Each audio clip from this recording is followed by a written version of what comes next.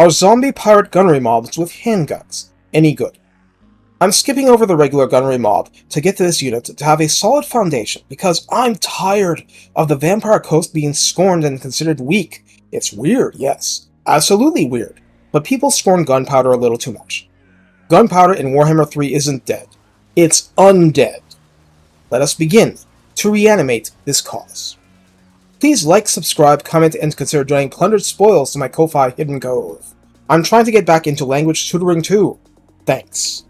These mobs commit at 120 entities on Ultra, and cost 550 to recruit for 138 gold per turn by default, in a faction where the shipbuilding lords drive upkeep into the deep trenches. Having said that, health is 7,560, for 63 per entity compared to 75 for Deckhand's mob entities. Leadership is 35, speed is 23, and melee attack is a miserable 8. Attack interval is a miserable 4.4. Melee defense is a miserable 6. Weapon strength is 15. I'm emphasizing how truly awful this is. Charge bonus is 2, and mass is 90. Just so you know. So yeah, this unit is a meat shield in name only, sure to crumble to water and sea salt at the first strong breeze or the first breath spell, let alone serious magical bombardments. At least, that should be your working assumption. Now, how about ranged? Ammunition begins at 22 volleys base, just like, oh, let's put them on screen. Handgunners and Thunderers! Range is 145, equal to the others. These are legitimate handguns, even if handled by shoddy, unreliable, dead marksmen.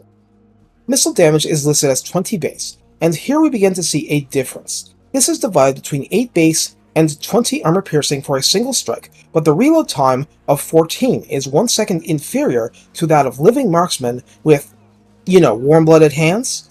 Despite this, total accuracy is listed as 20, the standard rate for all units, and of course improves with XP chevrons and magic. That reload time also improves with XP chevrons, by the way. And also, gunnery weights do help.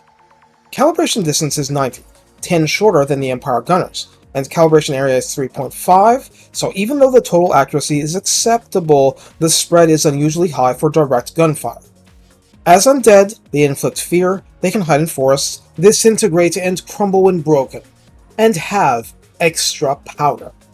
You'll see that this faction has reload time reduction hidden behind hero and army abilities, and also XP chevrons.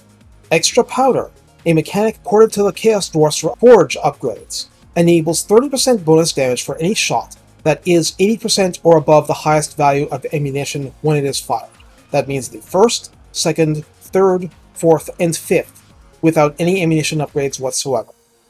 So yeah, they started as 20 missile strength compared to the others, and now it's 26 missile strength, slanted toward armor piercing.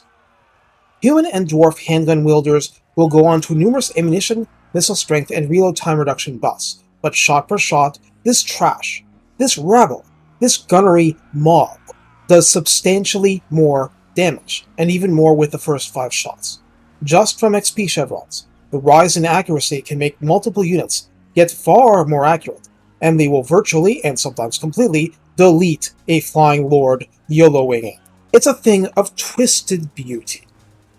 Oh yeah, there's buffs, aren't there? Let's see. In the Redline Lord skills, Reanimated Marksman provides a maximum of plus 20% ammunition and plus 8% missile strength. Ensorcelled Weapons grant rank 7 Hardened Pirate Scum, plus 12 armor, plus 12% missile strength, and 15% spell resistance. And like I said, yes, spell bombardment is one of their worst threats in practice, besides, any melee unit in the entire game. Even regular zombies. Now, the tech tree is so expansive.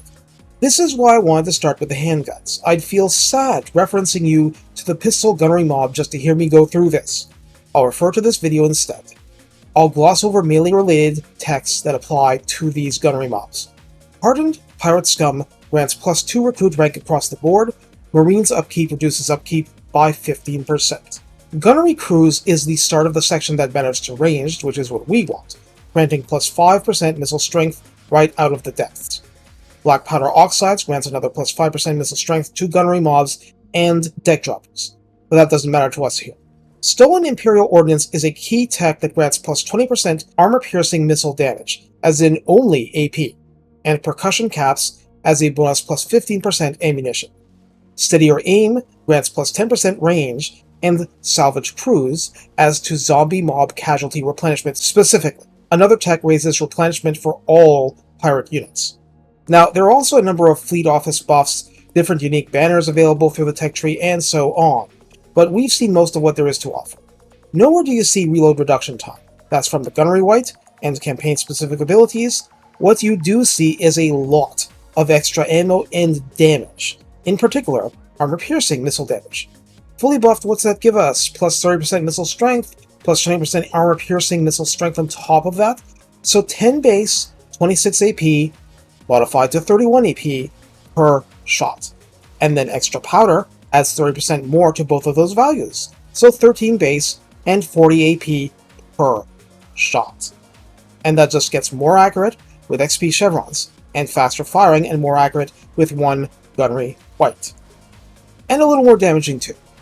This is why lures and monsters start to melt in the face of these units. Now, this is usually where I talk about how to use the unit, but it's kind of obvious here.